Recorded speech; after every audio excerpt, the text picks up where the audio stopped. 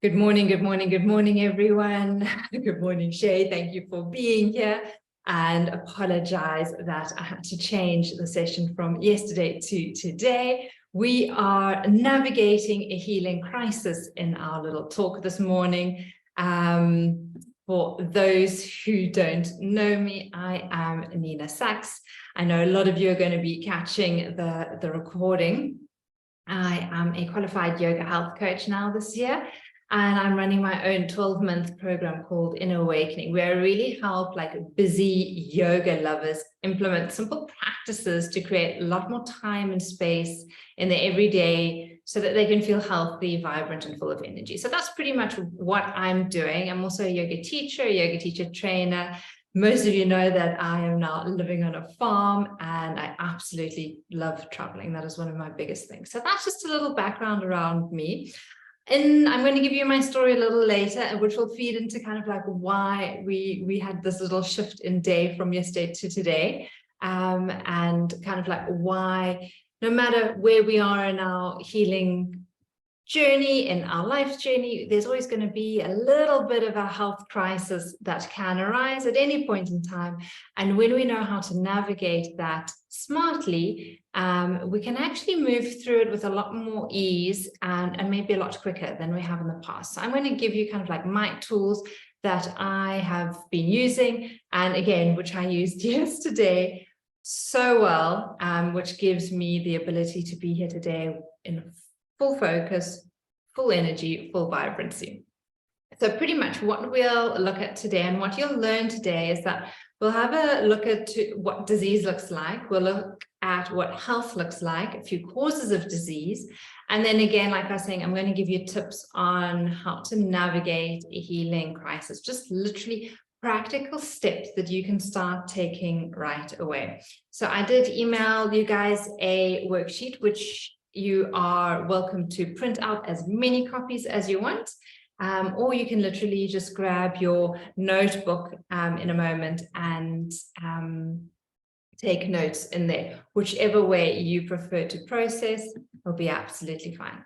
So just to be clear, because obviously I don't want to waste anyone's time, so this workshop is really for those people who want to get a deeper understanding of what health and disease is and what it looks like.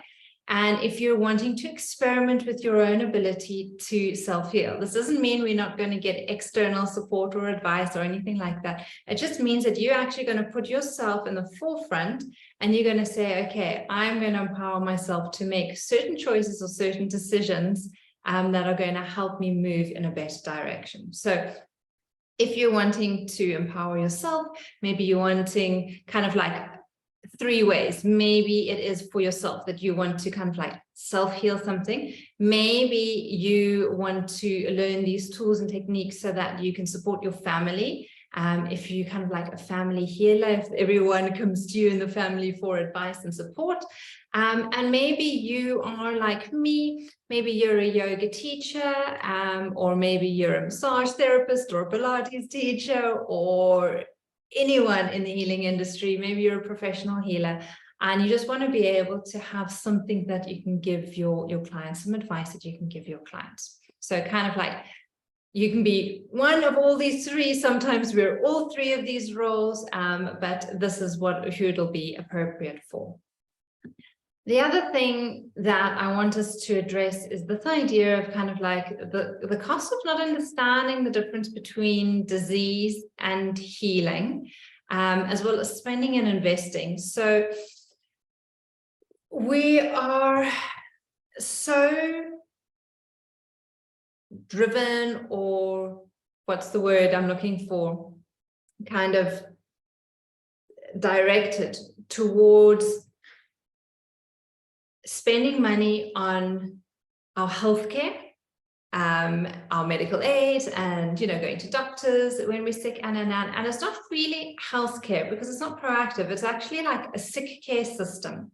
It's like when you're sick, that's where you go to and that's what you need to sort out. We don't really have a healthcare system that is proactive and that is going to help you make better choices, because it just seems like society is waiting for you to get sick or wants you to get sick, and then it'll get you to purchase all these things. Whereas there's not really that many places or things that are proactive where you start investing and you start taking action. And that's kind of like where the spending versus investing comes in. It's like, at some point in our lives, we really need to take a stop and we need to pause and we need to decide that we're going to invest in ourselves, because no one's going to do it. The government's not going to do it. Medical aid's not really going to do it. We are the ones who have to choose that, listen, I'm going to invest time, money, effort, energy, being in the right groups, whatever investment it is, in yourself, so that you can start to self-heal. Instead of kind of like this idea of like spending. So when you get sick, you're spending on vitamins or medications, or, you know, going to doctors and or alternative healers, or whatever the story is. All of those are fantastic and have their time and place. What I'm addressing is the fact that often, as we also really noticed with COVID, is that support structure, doctors, nurses, they were so overwhelmed with so many people needing their support that, you know, it was just too much for them. They were overburdened, overloaded. And we actually want to be in a position where we can actually maybe support that industry as well a little better by taking control of our own health and feeling better in ourselves, so that we don't need to overburden them with silly little things like, you know, allergies and little coughs and snivels, and, you know, when we bump our knee, or, you know, when inflammation starts coming up, all these little things that often kind of we go to doctors or clinics for to try and help us, or we go and buy medication for, we can actually slowly start addressing by reducing the inflammation in us, so that we can be in kind of like better health and not put that extra burden and strain on resources that are there for really like the severe traumas that do happen in life. And that's why it's fantastic to have the health care system in place, doctors, nurses, hospitals, and all of that. And I can just say, living in rural Mozambique, it is amazing if you can get into a city where you've got dentists, where you know, you've got a proper hospital with anesthetists and things like that. Because if something happens where that stuff's not available, then it is scary. So having all of those resources in place is amazing, but it should be for those severe cases. So I thought I'd just quickly share my story with you guys. And I thought I'd start with this little picture from when I was in my late teens, early 20s. And already then I was filled with Amma. In Ayurveda, we call it Amma. It's kind of relates to kind of like undigested food, over toxicity within the body. I struggled for probably 20 years, from probably mid-teens, with PMS, menstrual pains, really bad cramps every month, sore back pain. I would be in tears. Sometimes it would get that bad that I would end up having terrible migraines. And the thing is that I knew there wasn't balance in my life, and I knew what I needed to cut out the kind of the sugars and the wheats, and not in the sense that they weren't going to be part of my life at all, but just it was too much on a daily basis. So I knew what to do. I also knew that I needed to eat a healthier diet. I needed to exercise more, all these things. And even knew how to do it. I mean, I'm a yoga teacher. I know how these things work. But I just wasn't actually implementing it because I was just exhausted. I was tired. I was sore. And for me, it was just, I wasn't in contact or in connection with the right type of people who were able to motivate me to take action with what I needed to do.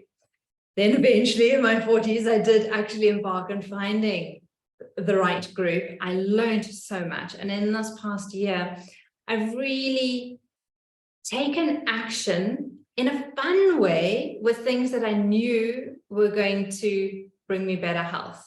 And it hasn't been difficult. It's been really easy. I have, for probably the last 6 months, so over the last year, the PMS and the menstrual pains have subsided. And I've, in probably the last 4 to 6 months, haven't had any pain, anything like that.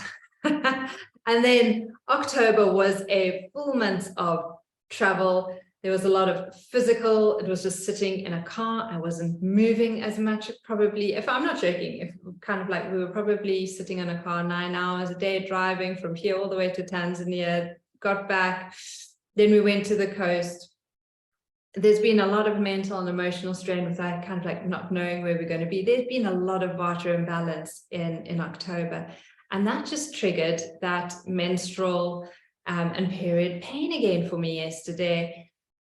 And luckily I had my little sheet and I knew exactly kind of like the protocols that I needed to take for me that would help me get myself back into balance and rhythm quickly and easily. So what I'm saying is kind of like when we go on our health journey, it's not like issues don't occur. They do occur, but we're often able to navigate them a lot more easily, a lot quicker than before. So that's pretty much my story, and why kind of like one of my things on here was like, you know, if this happens, I'm not going to do work, I'm going to rest. That was one of my key things. And for someone who is very reliable, I hate having to change plans, especially if it's something that I could control. And on my sheet, it was that is one of the things. So I just followed it to a T, and I know that I'm able to, again, give this presentation being a lot more present and aware than I would have if I would have done it yesterday. But if I wouldn't have had my sheet, I know that for myself, I would have pushed through to do it. And it wouldn't have been good for me, and it wouldn't have been good for the presentation itself. So from kind of like over the past 2 years with this work that I've been doing, is what I know doesn't work is that if this has been something that has been happening or going on with your life for many years, what you're currently doing isn't working, and you need to change direction, trajectory, and take action. I also know that I use the excuse of like when I have time, kind of like when I just get this project done, or when I just get this finished, when this happens in our life, then I'll have time and I'll be able to focus on myself. And at the end of the day, there's never going to be perfect time. Time is kind of like always an excuse.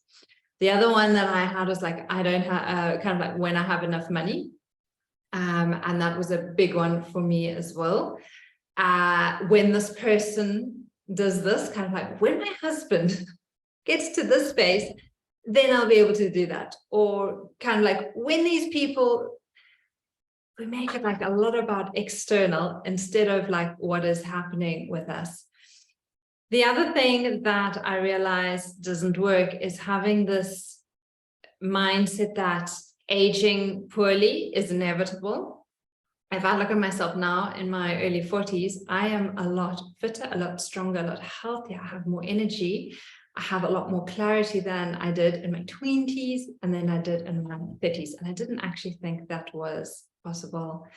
And often we think that when we need to take action or make change, that is going to be like this dramatic thing, and that is going to be hard. And that's why we like need the time and the space, because we need to be in a good space to be able to go through all these struggles.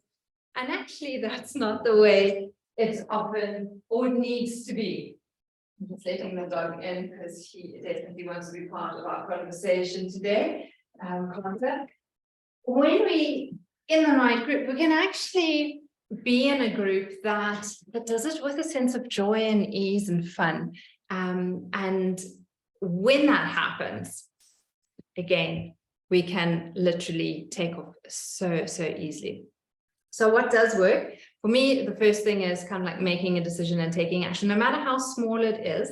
But taking action, like participating in this talk, this workshop, watching this workshop, communicating or chatting with people, that is kind of like the first step in taking action, instead of just kind of like sitting back. But actually, when we go through the workshop, to actually fill it in, do it, so that you have just at least one protocol available for you.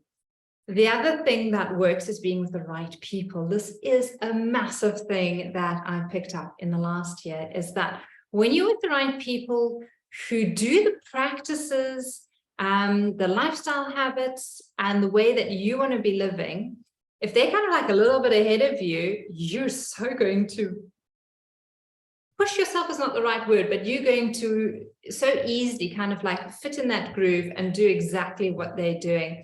And often the right people aren't around us because we're often in that space, like I was chatting you about before, it's kind of like continue in your current path. You kind of often need to find new people and new inspiration to hang out with and to have the right conversations with.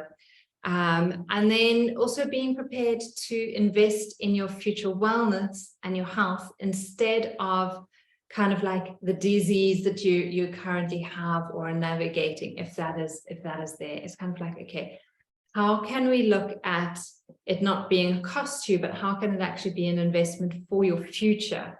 That when you start doing practices or taking action, that it's going to benefit you long term, not just get you through what is currently arisen. All right, health versus disease. We're going to get straight into this. I love this quote by Dr. Vasant, who is one of the most kind of common top Ayurvedic practitioners, teachers, and he really has it nailed down, where he says, health is the effect of a healthy lifestyle and healthy habits. Disease is the tree sprouted from unhealthy habits. So I'm just going to read that again because it's really, really good. Health is the effect of a healthy lifestyle and healthy habits. Disease is the tree sprouted from unhealthy habits. And I love this little picture on the right from, I think this is from the functional medicine groups, where disease is often the root cause. Kind of like how it says the disease is sprouted from unhealthy habits. So if you have a diseased seed, if you have diseased roots, it is going to sprout into certain illnesses, diseases. What the root causes are, and if you've watched my little talk on inflammation, you'll know that I generally talk about 3 root causes of inflammation. And one is being kind of like physical, one being mental, emotional, and the third one being spiritual.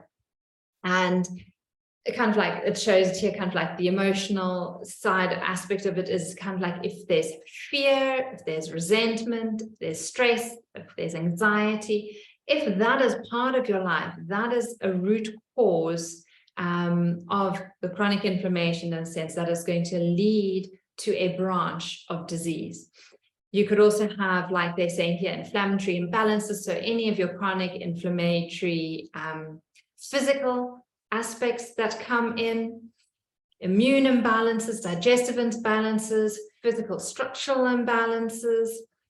And then what they haven't actually got here, but I find is really important, is spiritual imbalances or inflammation as well, where we don't really have direction or motivation or clarity as to where we're going. So sometimes we can be leading a really healthy lifestyle and we can be quite mentally, I don't quite like the word positive, but maybe it's more kind of like a balance where we're able to honor each of the emotions that arises and allow that to pass through us and work through us, instead of trying to, you know, pretend that everything is just happy and dandy and not actually allowing the emotion to navigate through us and then again out of us.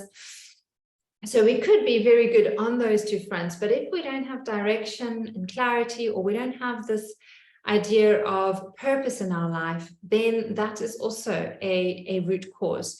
So usually, but definitely for me, I was tinkering in all 3 of those. There was problems in all 3. So sometimes it can be 1, sometimes it can be 2, sometimes it can be all 3. Then kind of like depending on our genetic disposition, what those root causes can come up with or show up as are maybe obesity, heart disease, arthritis, or any of the autoimmune diseases, cancer, like the list goes on and on. The branch that you then kind of like have could be whatever, but the idea is that the root cause is pretty much due to some form of chronic inflammation. And when we understand that, then we realize that we're actually a lot more, all of us are a lot more alike than we are disalike, that we are so different.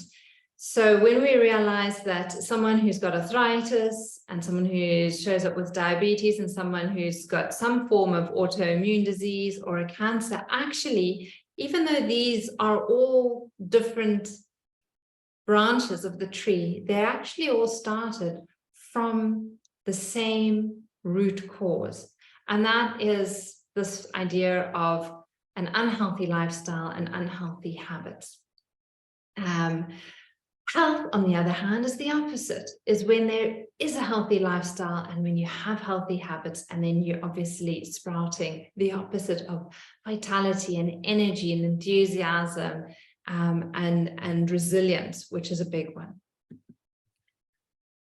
At this stage, you probably are asking me, well, what are the causes of the disease and this chronic inflammation? And the number one cause of disease is being out of rhythm. And this is a big one. It's so simple, but it is so big. When we are out of rhythm with the cosmos, when we are out of rhythm with nature and the seasons, when we are out of rhythm or out of sync with circadian rhythm, kind of like when it changes from day to night and night to day, when the sun is at the highest, when we are not actually living in rhythm, we are moving against the natural beat, the natural pulsation that there is. When we're moving with the rhythm of the cosmos, with the rhythm of nature and the seasons and how things change, then our whole being gets drawn into this beautiful kind of like symphony of pulsation, and it allows your physiology to really, really relax, and then get kind of like, you just get to move with the flow. And then you're not constantly like swimming upstream or bashing your head against the wall and thinking that there's something wrong, because there's a sense of ease with everything that is going on and that you're doing. All right. A few more common causes of disease that we all know about, but that do play a big part as well, are these ideas of eating dead or dumb food and drinks. So we all know kind of like the sweets, the chocolates, the sugars, the refined sugars, the Cokes, the alcohols. And again, when we embark on like a lifestyle change, it doesn't mean that we're not going to dip into those ever again into our whole life. We're not taking like a perfectionist tendency. We're just orientating ourselves to better nutrition and better choices more often than not. And the same thing is kind of like having negative or repressed emotions are a big common cause of disease.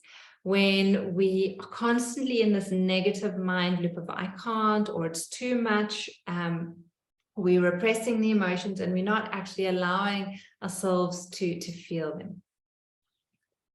The third one that, and again, these are in no specific order, they're just kind of like there as the pretty much the biggest one is this just being out of rhythm with the cosmos. That is kind of like the biggest one. These are kind of like all secondary and in no specific order. When we don't have an erratic schedule and lifestyle, so when there is a lot of like air and ether, like this vata imbalance, there's just too much going haywire. We live in such a busy time, and there is so much going on, and there's stuff constantly throwing us, like there's just, yeah, there's so much chaos around.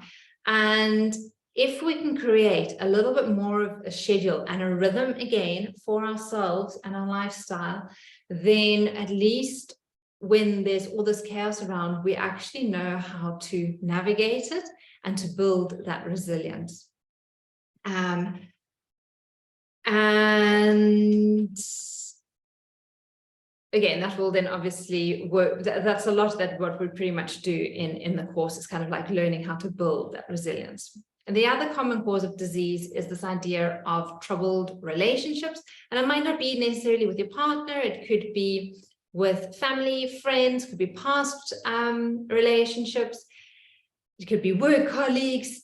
But when there's trouble in a relationship and you're not able to express how you feel and navigate that relationship in a healthy manner, that is again a common cause of disease, and we need to know how to slowly start addressing that safely.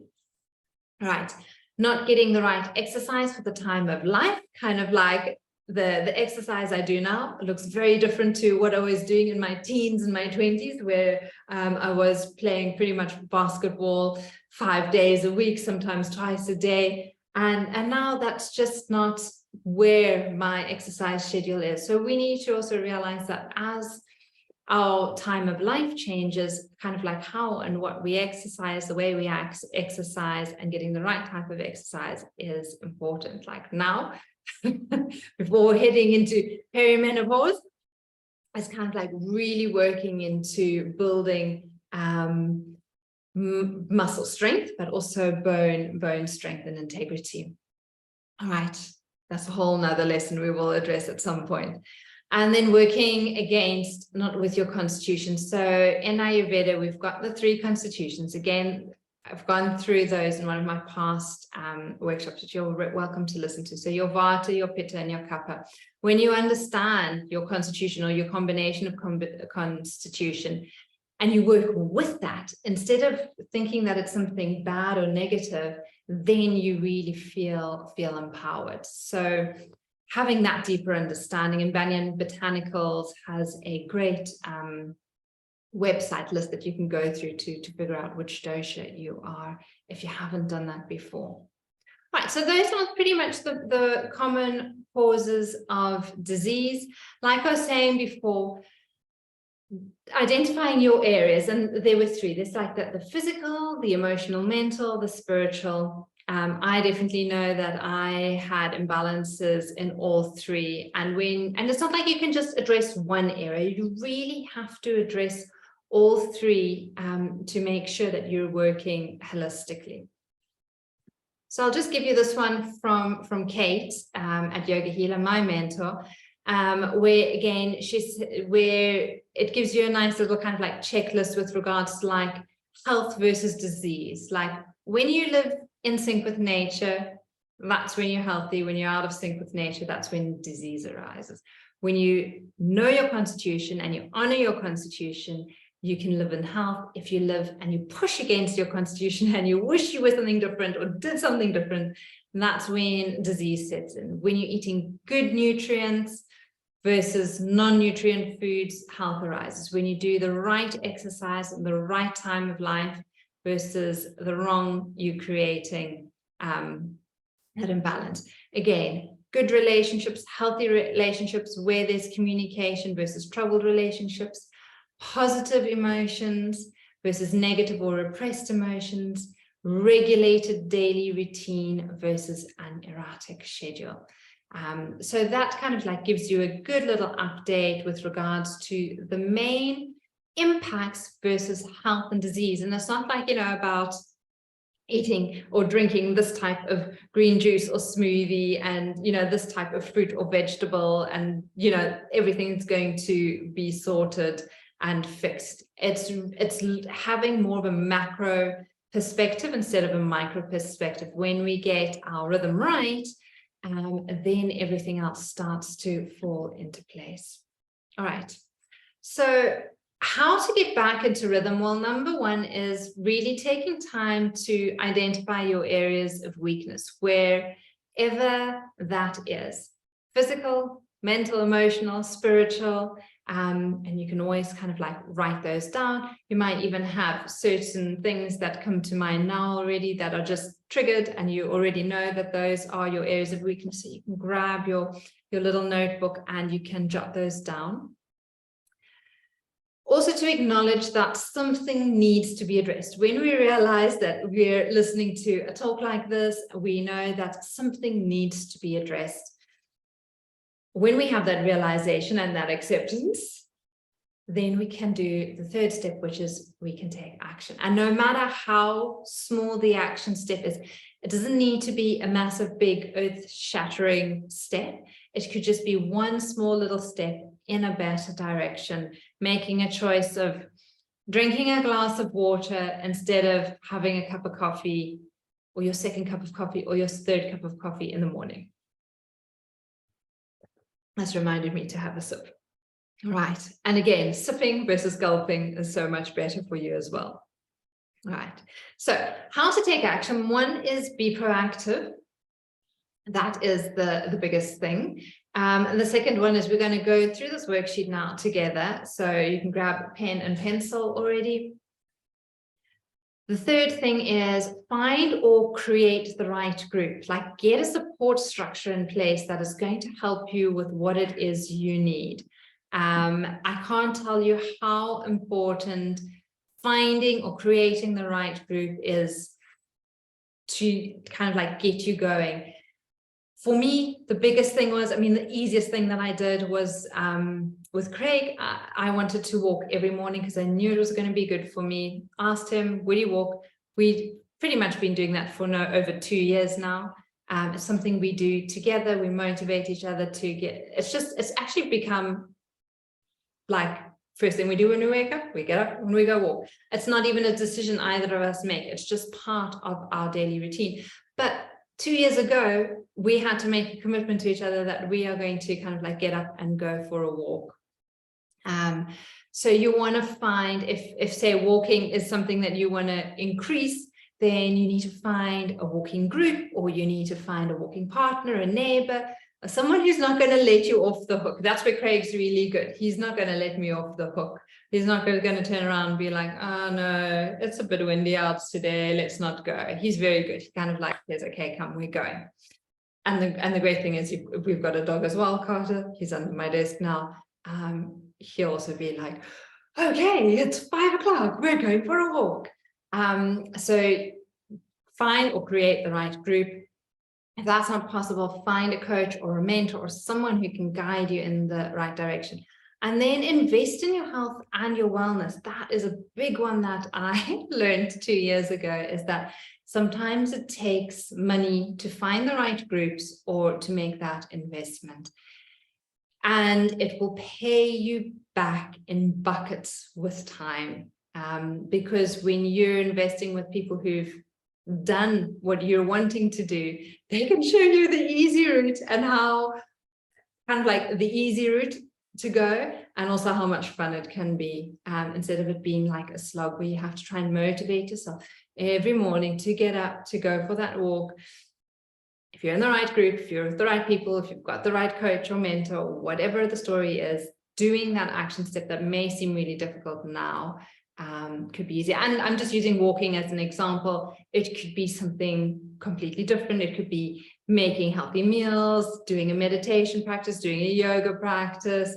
It could be the kind of like decluttering your house. There are so many different things that are different for each person that are needed. All right. So that brings us to kind of like the fun part of today's course, where you really now get to decide and make this your own. So I emailed you guys a sheet. You can print out as many of these as you want. And I would generally say print one for each issue. So for example, how I navigate, I've got here kind of like my, period pain, menstrual pain. If you have like arthritis, then you create one that's just like when you've got an arthritic flare, how that. When you have an anxiety attack, if that's there, you put that in. If you have a feeling of sadness or depression, if you have kind of like maybe you're get frozen shoulder, or maybe you get seasonal coughs and colds. Maybe there's someone in your family who just always, gets bronchitis, or has IBS, or feeling bloated. So you can create as many of these as you want or need for yourself or for your family, so that when the issue arises, that you literally, that's what I did yesterday. I could pull this out, I could look at my protocol, and I didn't have to go into that decision fatigue of like, okay, what kind of things am I going to eat or drink today? I knew exactly what was on my list. I knew what needed to happen. I could give it to Craig as well and say, bring me cranberry juice. Simple, easy. But if I had to now think of like, what is it that I want? Do I want this? Do I want tea? Do I want that? You get even more exhausted when you're in a healing crisis to have to make a decision when it's actually not necessary. So let's start together with kind of like what the first little circle we've got here is meals. So think of, just choose kind of like one thing you want to navigate. For me, for example, it's going to be my menstrual pain, period pain, something like that. For you, it could be something different. But just choose one, don't do everything. You can kind of like watch this section again and do this part again for another one. But what meals, food, nourishment, maybe I should have called it nourishment, actually is better. And generally when we're in a healing crisis, we want something that is vata pacifying. So anything that is really warm and nourishing and mushy. But if this is not resonating with you, when you kind of like, feel that, I don't know, you have congestion in your chest, then like, what is it that you really feel like eating that is nutrient dense and good for you? Not because you want to. Ice cream and chocolate cake are not coming here because that's what you feel like eating. Generally, when we're in a healing crisis, we want something that is easy to digest. So soups and stews. So you might like have like, I really love like butternut soup, or I really love like a chicken stew.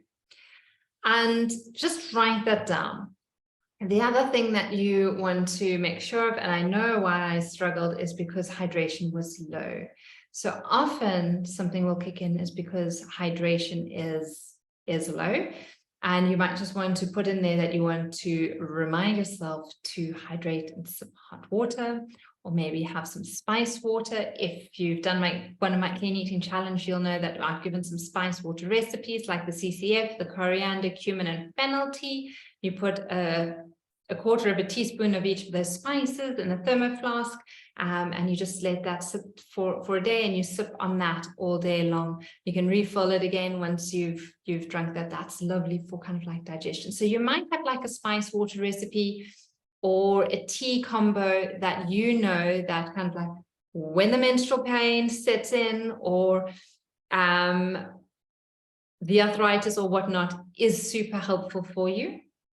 The other thing that I wanted to put in here with meals is never force yourself to eat.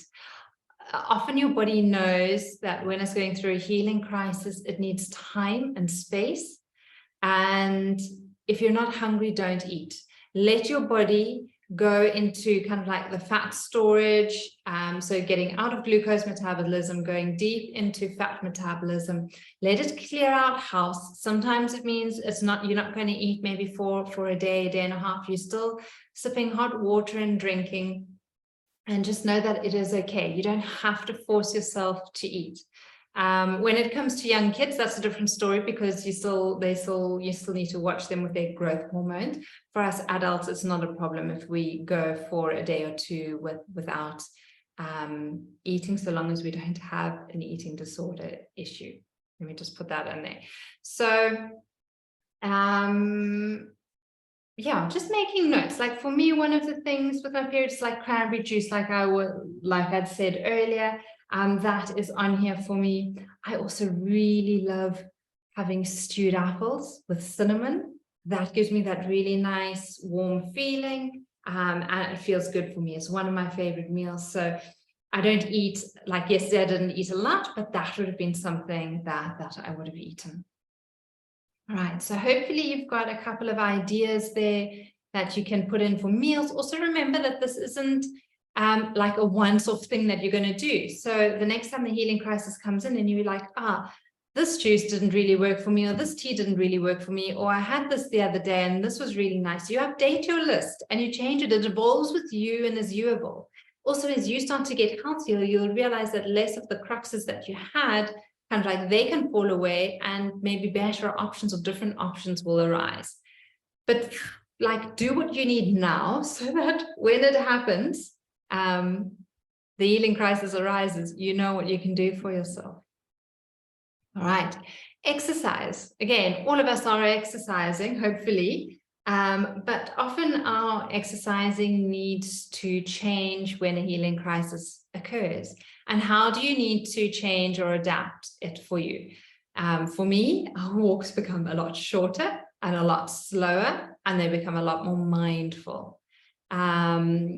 My yoga practice ends up just being literally lying on my mat in whatever position my body needs to be in. I usually have kind of like two postures, where it's a child's pose. For me, being closed and forwards is lovely. And then kind of like having my buttocks up like a little puppy stretch works well for me as well. What works for me and the cramps and the menstrual tension that I feel are going to be completely different for someone else. Like my friend Andy, she loves lying on her back with her knees open and spread. That doesn't work for me. So this is where it really becomes really important, where there's not one protocol that if we have arthritis, that these are the steps that we need to take. It has to be very specific to you and what you need. The other thing that I have in my exercise here is a playlist. So I've got kind of like the uplifted set that I'm subscribed to. There's a lovely sacral chakra class there with a lot of breathing. I know that. So now, again, yesterday, I could literally go into that app, find that session, play it, and enjoy it. I didn't have to now scroll through a whole load of playlists, try and find something I want. I knew exactly what would work for me and what was good for me. So it might be helpful to have one or two links to a playlist or a class or something like that that work for you. Right, so that is under exercise. The next one we would look at is kind of like bed routine, bedtime routine. And this is really important when you're sick. It's just like, what time does that natural fatigue kick in? And it might be a lot earlier than when you normally go to bed. And that's because when we're sick, our body needs rest. And it might be like, for a lot of my postpartum moms, a healing crisis, kind of like postpartum, it might not just be, that you're navigating that for a couple of days or a week or a month even. It might even be like a year. So it might be that like, wow, at 7 o'clock, 8 o'clock, I am tired, I am exhausted. And you listen to your natural fatigue and you go to sleep.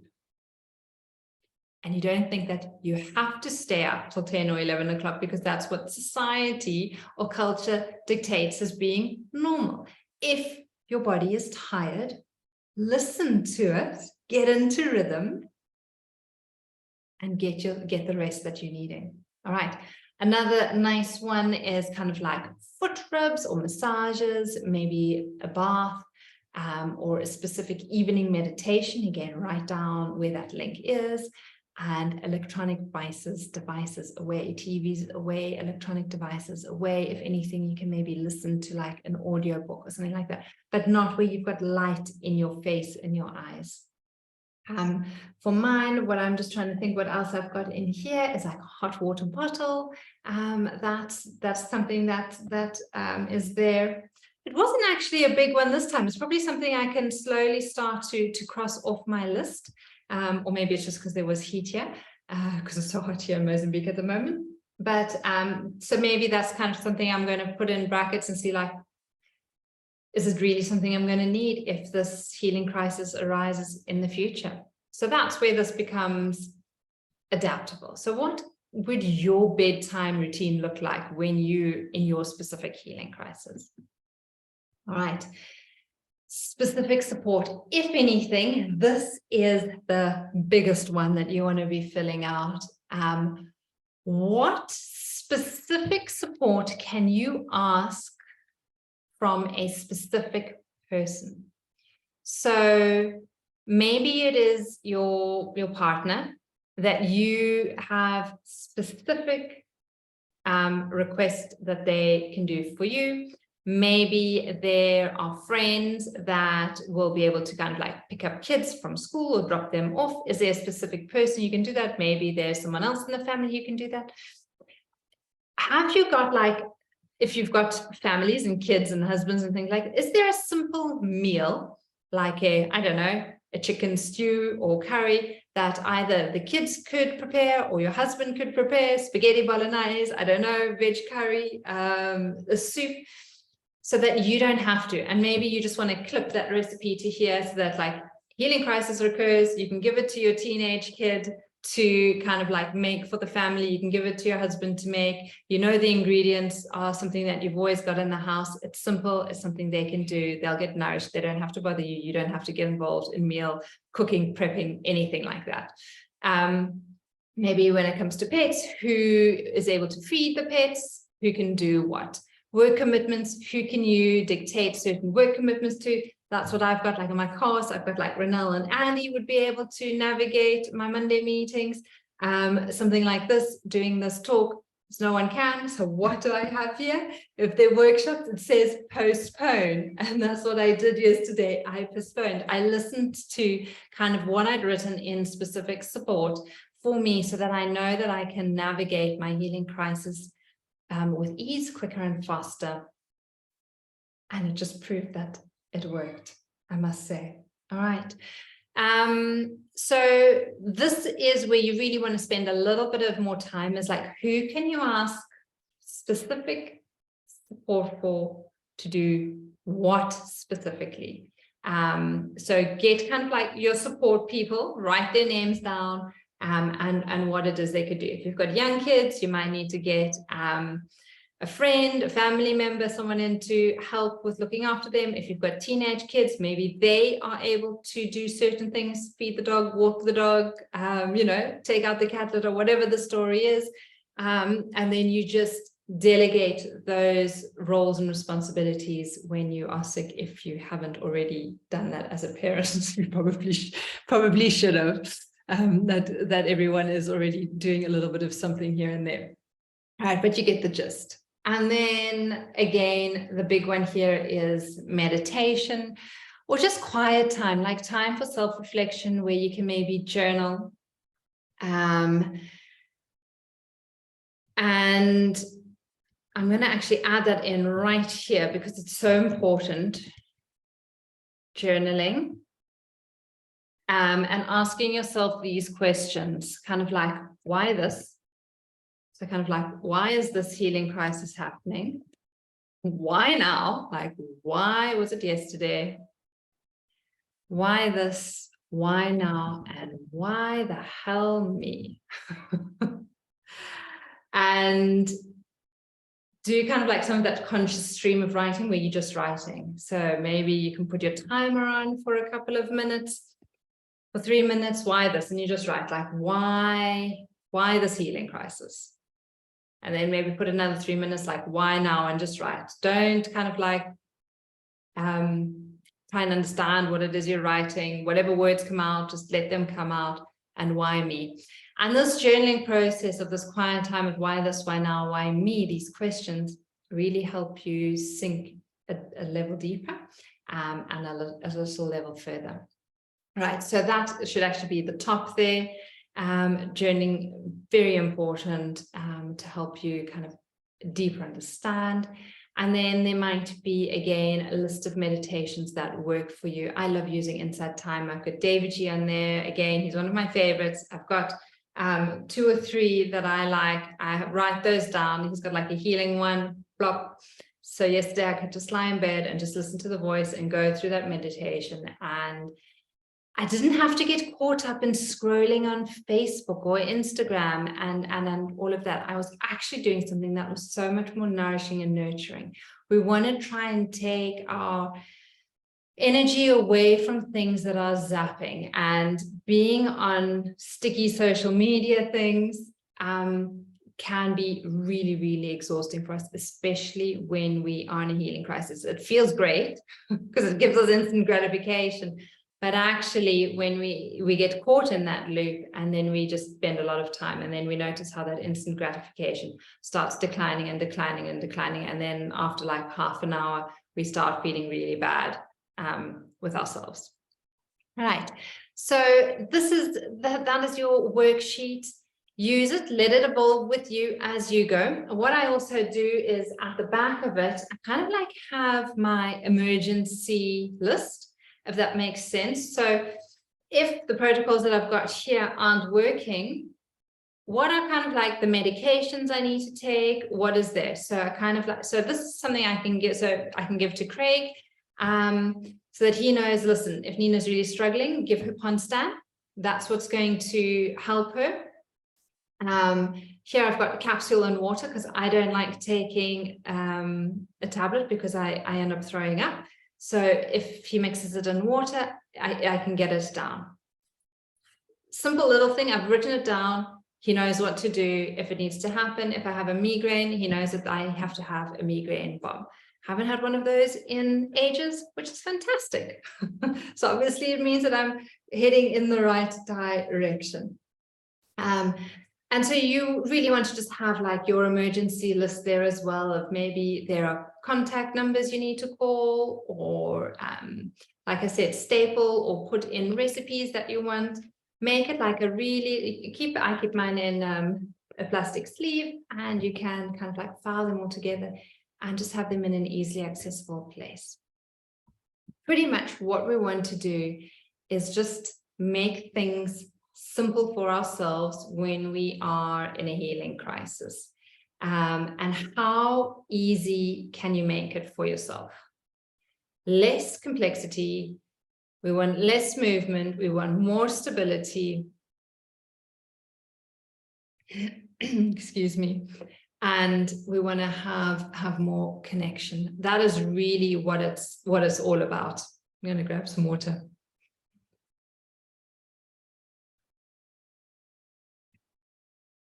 How simple can we make things for ourselves? All right.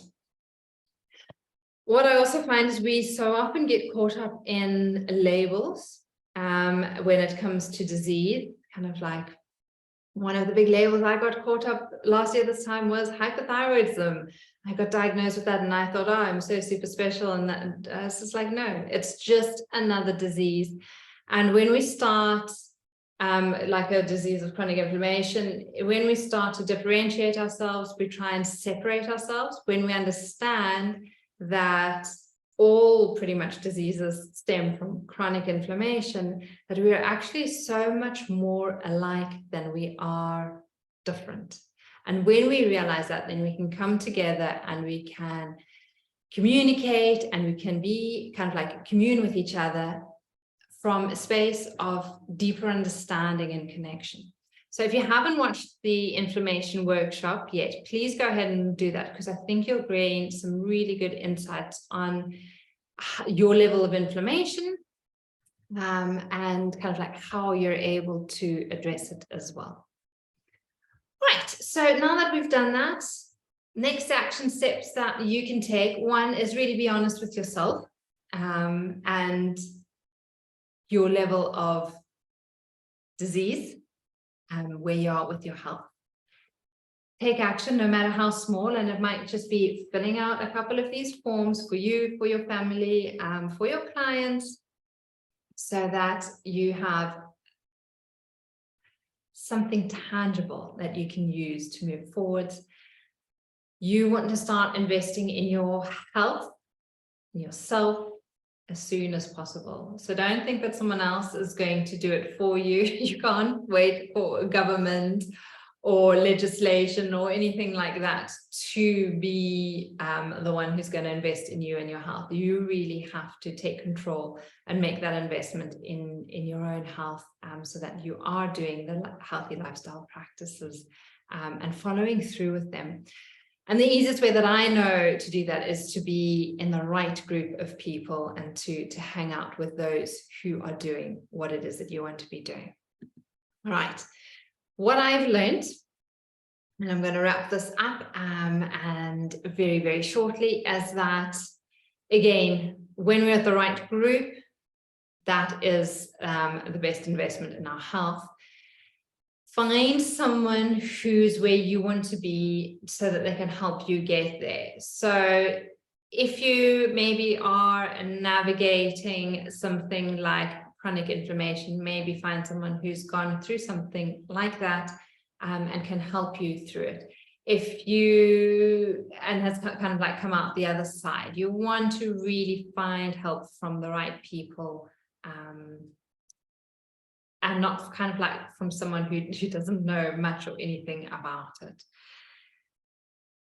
I do have choices and control to make a lasting and impactful change. And this is where the empowerment comes, is that really you do have the ability to make choices for yourself every day, and to make better choices for yourself, and that you have the power to do that. I often find that we've kind of like given over our power to doctors, to nurses, to healthcare professionals, and this, then the next. And actually, sometimes we just need to take a little bit of that power back and that responsibility back to say, okay, these are lifestyle changes and choices I need to make, so that I can have a lasting kind of like impact, or allow myself to heal.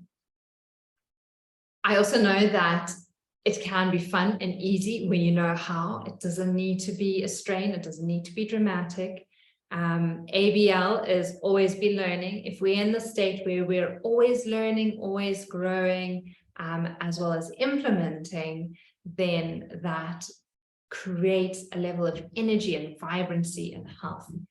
And the last thing that I've learned is that all three areas in life really need to be addressed. You can't just look at the physical. You can't just look at the spiritual. You can't just look at the mental and emotion. We come as a bundle. We are a holistic being. Our heart is not separate from our head. It's all together. And we can't just address one area. It needs to be a holistic approach. So for those who've been with me long enough, know that I am now a certified yoga health coach, which is super exciting. I coach small groups. I really help kind of like busy yoga lovers implement really simple practices to create a lot more time and space in their everyday so that they can feel a lot more healthy, a lot more vibrant, and a lot more energetic. And it's pretty much what I'm guiding you to is awakening your inner rhythm, your inner knowing with lifestyle habits, yoga and Ayurveda. Andy's done a lovely little interview with me about how the changes of being with me for a year have gone. That's on YouTube, which you're welcome to have a look at. And just also reminding that there's no rush. Like, give yourself time to heal, to grow, and to blossom. Take action, however small, move in the right direction, but realize that there kind of like is no rush. You do want to start. You don't want to put it off and off and off, because that is also not healthy.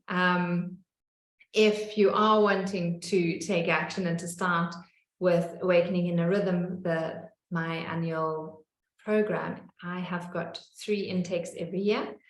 The next intake is starting, our orientation starts on the 7th of November. So if anyone does want to just join that orientation and find out a little bit more about it and how the whole year works, you're welcome to join the orientation on Monday.